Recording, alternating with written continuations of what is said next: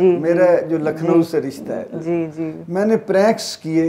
हमारे जना कैप और एक बिल्कुल खालिश, अभी तो मैं जो उर्दू बोल रहा हूँ इसमें मेरा जंग मेरी पंजाबी वो आ जाए, लेकिन उसमें मैंने नहीं आने दी, उसमें नस्तालिक अंदाज में बोली। अच्छा, और मैंने अपना तारुफ कराया कि मैं लखनऊ से हूँ जी जी, और वहाँ जो कदीम जो इमाम बारगाह थी उसके मैंने वो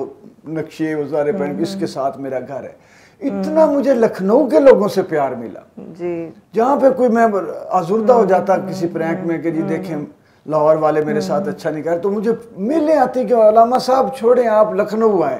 आप हम प्यारे, हम आपके लिए बंदोबस्त ये कर देंगे, घर आपका इलाज करवाएंगे, आपको खाना कपड़े।